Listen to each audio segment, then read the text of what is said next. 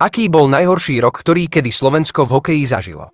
Od roku 1996, ako sa Slovensko po rozdelení Československa vypracovalo z C najhoršej skupiny až do najlepšej A skupiny, nikdy už z tejto A skupiny nevypadlo. Práve že naopak prvé desaťročie po postúpení z tejto najnižšej skupiny Slovensko získalo 3 z celkovo 4 slovenských medailí: striebro v roku 2000, bronz v roku 2003 a v roku 2002 tú zlatú, takže v podstate pár rokov od vypracovania z C najhoršej skupiny Slovensko zažilo zatiaľ jeho najlepší rok.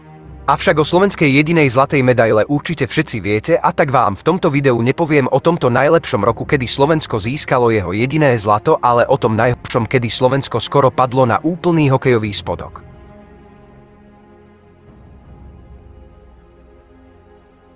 Toto vás asi prekvapí, ale najhorší rok Slovenska bol iba pred 7 rokmi, a to v roku 2017.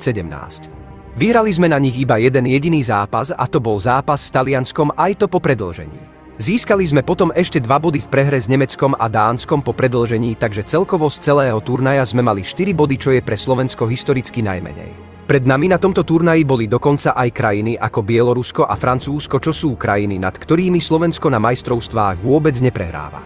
Skončili sme na 14. mieste a krajiny, ktoré boli na 15. a 16. mieste, už vypadávali, takže sme vtedy mali veľké šťastie, že sme sa vôbec udržali v najlepšej skupine.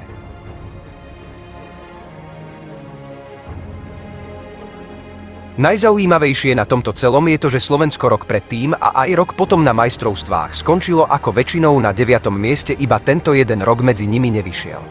Dôvod tohto jednoročného pádu Slovenska bola zmena trénera. V tomto roku 2017 bol trénerom slovenskej reprezentácie Zdeno Cíger, čo bol bývalý slovenský hokejový útočník a kapitán.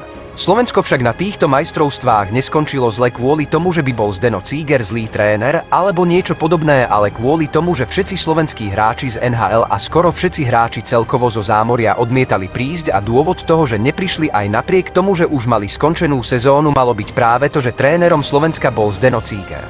Z tých najznámejších hráčov to boli napríklad Tomáš Tatar, Marián Gáborík, Jaroslav Halák, Peter Budaj alebo aj Marko Daňo. Zdeno Cíger toto bral ako bojkotovanie a intrigovanie voči trénerovi a funkcie sa po týchto majstrovstvách vzdal, a tak ako iste viete, v roku 2018 sa stal trénerom Slovenska Craig Ramsay.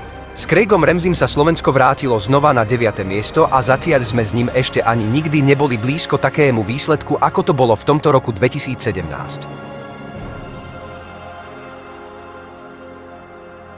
Keď sa však pozrieme nie na jeden konkrétny rok, ale na obdobie, kedy Slovensko bolo v hokeji najhoršie, tak to sú roky 2008 až 2011.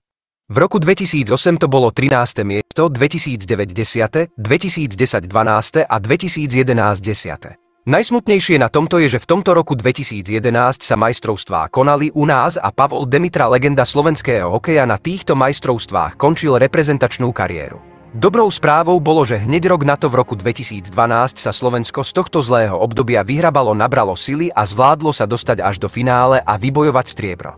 Tento hokejový sklz z 10. miesta na 2., tak ako v roku 2017, aj tu spôsobili hlavne trénerské dôvody, keďže predtým tieto roky 2008 až 2011 Slovensko vystriedalo 3 trénerov a v roku 2012, keď prišiel 4. Vladimír Vujtek a pod jeho trénerovaním sa Slovensku podarilo získať striebro, ostal až do roku 2016. Avšak zmena na dobrého trénera na rok 2012 nebol jediný dôvod, prečo Slovensko zrazu začalo hrať na nasledujúcich majstrovstvách oveľa lepšie. Išlo aj o to, že už spomínaný Pavol Demitra potom, ako ukončil na majstrovstvách 2011 reprezentačnú kariéru, letel ešte ten rok do KHL a bohužiaľ jeho lietadlo sa aj s celým tímom zrútilo a bohužiaľ Pavol Demitra zahynul. Práve preto chceli Slováci v jeho mene, na jeho počesť, nejakú medailu vybojovať. Toto je však už téma na iné video. Ak sa vám toto video páčilo, môžete mi dať odber a pozrieť si ostatné videá, alebo po novom som si založil členstvo, kde ak ma podporíte, môžete získať rôzne odmeny, ako napríklad, že vydám video na vašu tému a podobné výhody. Vopred ďakujem hocikomu, kto sa rozhodol ma podporiť.